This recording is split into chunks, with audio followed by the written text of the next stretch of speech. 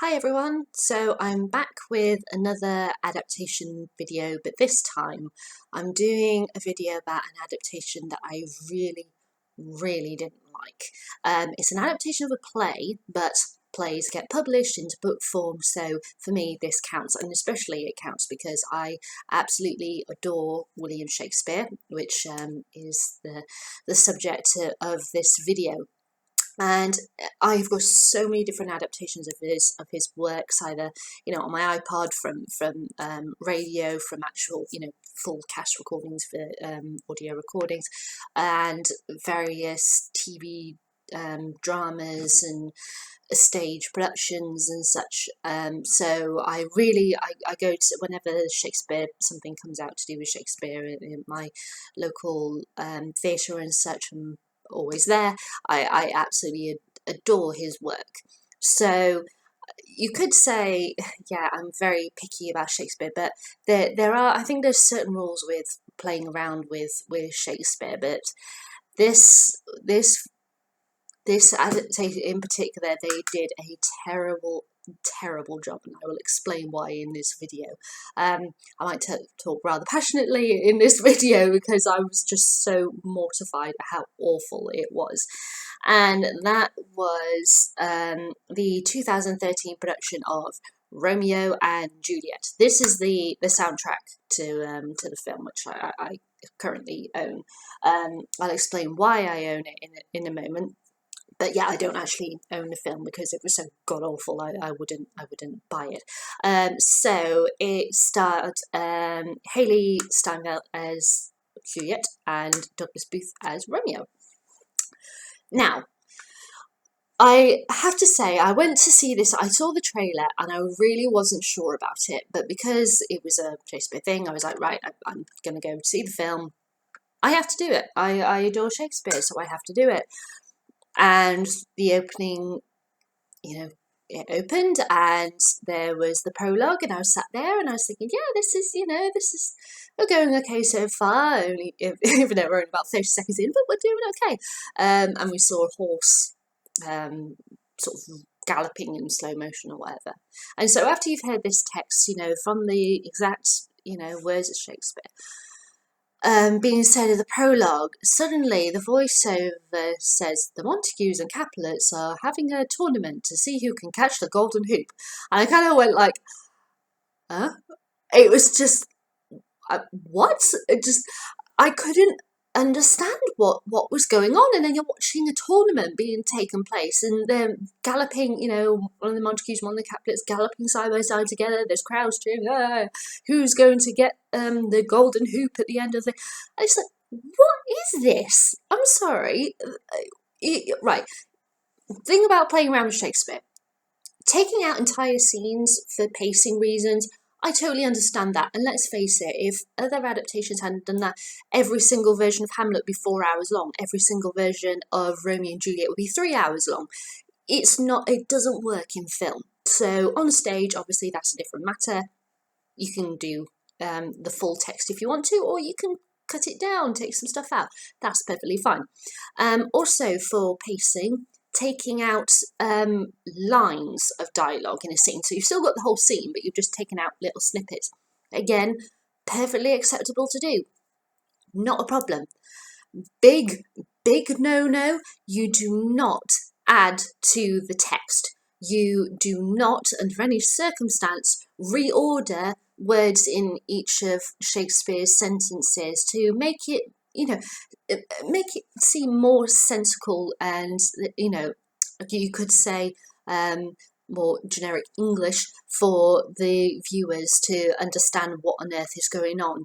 And yet you do not under any circumstance add your own dialogue into Shakespeare.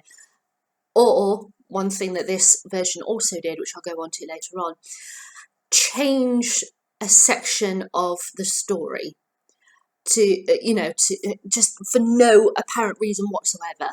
And so I sat there and I could not understand what the hell was going on. It was absolutely ridiculous. Douglas Booth is all right as Romeo, but he doesn't have the fact that you can feel his passion, that he really loves Juliet, and like he doesn't even get angry later on in the play when he is banished because of his situation has happened, and he hears of that Juliet has died, even though she's not actually dead. But he hears that she's dead. There's this moment where Romeo he can't understand what the hell is going on, and he's, I defy you, stars. He gets really angry and everything, and Douglas Booth is just like, oh, oh my god, it's just, oh god, he was, oh don't, oh I can't even put into words how annoyed I was with him. Haley Steinfeld, all right, Juliet, but the thing about the two is that the main thing you have to have, even though you could have this singular actors may not be necessarily great in their individual role, when they're together, they have to have this chemistry, this connection. And these two just don't have it whatsoever. And it doesn't help that they've got really appalling dialogue to work with, where, you know, as I said, there's words in sentences of Shakespeare's text which have been rearranged to make it clearer. They've got all of this extra text to work with, which doesn't need to be done. They're cutting out really important lines that really define the two as individuals and their relationships with each other and with other people. It's nonsensical. It is just downright awful. Then you've got Benvolio, who is Romeo's cousin. He looks as if he's about 12 years old. He's meant to be the same age as Romeo, and my God, he doesn't look. It's oh God. Not that I'm saying he shouldn't be cast, because for what he had to do, the actor, he did pretty well. For that god awful dialect he was given, but it just. Looking at him, I'm not saying that they shouldn't have hired a younger actor or whatever than Douglas Booth. Actually, I don't even know their actual ages, because they could be the same age. But it just kind of, the whole thing with Benvolio and Romeo is that they have grown up together. They're like the same age. They are the same age. So they're almost like brothers. And then you watch this film and you kind of feel like at any moment Douglas Booth is going to like ruffle Benvolio's hair like he would, a kid brother or something. It doesn't have that thing of Romeo can't talk to his parents, so he'll only talk to Benvolio, which opens up the beginning scene, which then leads Benvolio to, say to him, oh, come along to this party. I'll show you some really lovely girls, rather than the girl that's just gone and broken your heart. And that's where he meets Juliet. So Benvolio is seriously important because he leads Romeo to Juliet. And he just wasn't. It was just so odd. And the big thing that got me really, really angry was that near the end, the whole thing with the love between Romeo and Juliet is totally secret to any of the characters apart from the friar, played by Paul Giamatti. I'll get onto him in a minute. And nobody else knows until it all gets brought out in the end by the friar. He reveals absolutely everything after all these awful, tragic events have happened. And because of that, Benvolio will go on to make the peace among his people of his age group who are caught in the absolute epicenter of this situation. And it's it's a really huge deal for him, what happened. And then in this version, cannot believe they decided to do this, Romeo reveals everything to Benvolio before he has to flee because he's been banished. And I'm like, what the hell? No, big no, because that whole thing. He no longer has this weight on him to go out and to, you know, be the peacekeeper anymore, because he knows. And it doesn't make any sense whatsoever to me. It's just awful. Now, Paul Giamatti, Friar, only decent actor in the entire film, I think. Okay, you do have these really, really great actors. I'm not saying, you know, that you know, every actor was awful, because they weren't. They were okay with their roles. But Paul Giamatti was the only shining light in my view of this film. He played the friar really beautifully. He, you know, he had all the emotions of, you know, having to being at the epicenter of this situation. He was the only one that I was like, oh yay, I've got something to listen to, which I'm actually going to, you know, want to hear. Even though he did have lines that weren't from the play, but still, I Paul Giamatti was the only thing that, you know, only cast member that I would say that I was happy with in this film. Now, why do I have the soundtrack, you may ask? I quite like the soundtrack. I think, you know, it's a decent enough work. But literally, it's going to sound weird, I bought this because I adored the soundtrack, because it drowned out the terrible dialogue. And the way in which actors conveyed the dialogue as well, and in their, you know, terrible, nonsensical way, which was absolutely boring. The balcony scene is just, oh god, awful. I will never ever ever go near this film again. Now, I'm sure there's going to be people who absolutely loved it. There are going to be people who, like me, absolutely hated it. For those who absolutely loved it, I do wonder if they have seen other versions of Romeo and Juliet before. You know, either at all, or have they ever come across other ones? The version that I absolutely adore of Romeo and Juliet for the, you know, our modern audience is the 1996 Baz Luhrmann version. It's absolutely brilliant, and at least, okay, yes, he's had to take stuff out, scenes out, or particular lines out of a scene, but he's kept to the original text. He hasn't gone absolutely balmy with it, and he's done really great little things with it.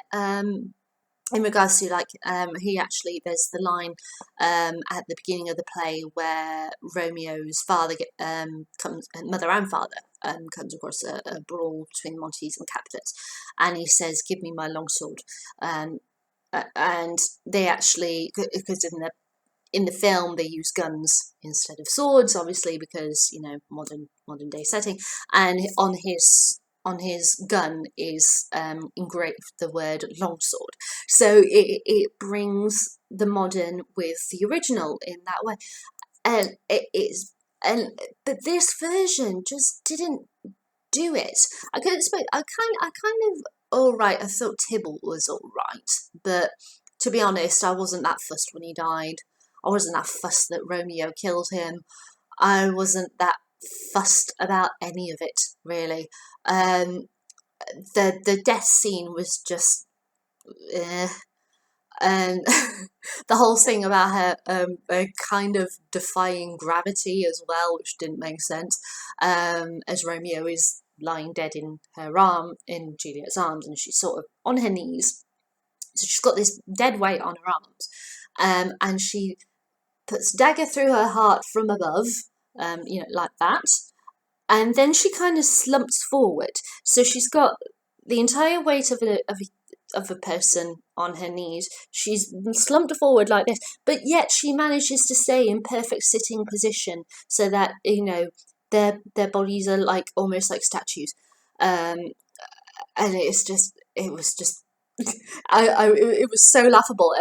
About, I don't know, maybe 20 minutes, half an hour into the film, I went up and I bought a load of ice cream. I bought a tub of ice cream, and obviously not the big tub, but, you know, from the lobby. And you know how cinemas are, you know, sky high prices for anything. I was like, screw it, I don't care. I'm having to sit through this diabolical, just terrible adaptation. I'm going to be eating all the Ben & Jerry's Chunky Monkey ice cream I could get hold of right now. Yeah, literally, Paul Giamatti, and this soundtrack was the only light in the entire adaptation. It was, yeah, I mean, no wonder. I just looked on Rotten Tomatoes and it has like a 20% Rotten Tomatoes rate. It is, yeah, it is just awful. So I wouldn't recommend that one. Obviously, like I said, there's going to be people who loved it. There's going to be people who hated it. It is inevitable, no matter what you're doing, whatever you're sending out there. There's going to be lovers and there's going to be haters. And for this adaptation, I'm afraid I was a hater. I'm just, it was, yeah, I couldn't stand it, and I will never ever sit through it again. You'd have to, you know, I'm going to steal a line from Friends here, from an episode of Friends, where Rachel's boss at Central Perks talk about Phoebe's terrible singing, and he says, it's not that it's bad, it's that it's so bad it makes me want to put my fingers through my eyes up into my brain and swirl it around. And I swear to God, I would do that before I would sit and for this and watch this awful adaptation again. No, I can't do it. I can't. Don't make me, please. I couldn't do it. So that's my thoughts on Romeo and Juliet, 2013 film adaptation. If you liked it, or if you want to send any comments to that, please do. Of course, there's the thumbs up and the thumbs down buttons as well. So yeah, let me know what you think. It's quite interesting because I remember when it came out and I posted a review on Tumblr. There was quite a few haters like me around, and yeah, they were really happy with the things that I said, because I kind of summarised everything that they were thinking when they went and saw it. So hopefully I have actually said everything that I can remember from going to see what I did in that post, my review. But yes, if you want to leave any comments or anything, please do. If you want to give me a thumbs up or a thumbs down, please do. I'd love to hear what you guys think, and I'll be back with another adaptation which I wasn't too fond of, and very soon. Like, see you later.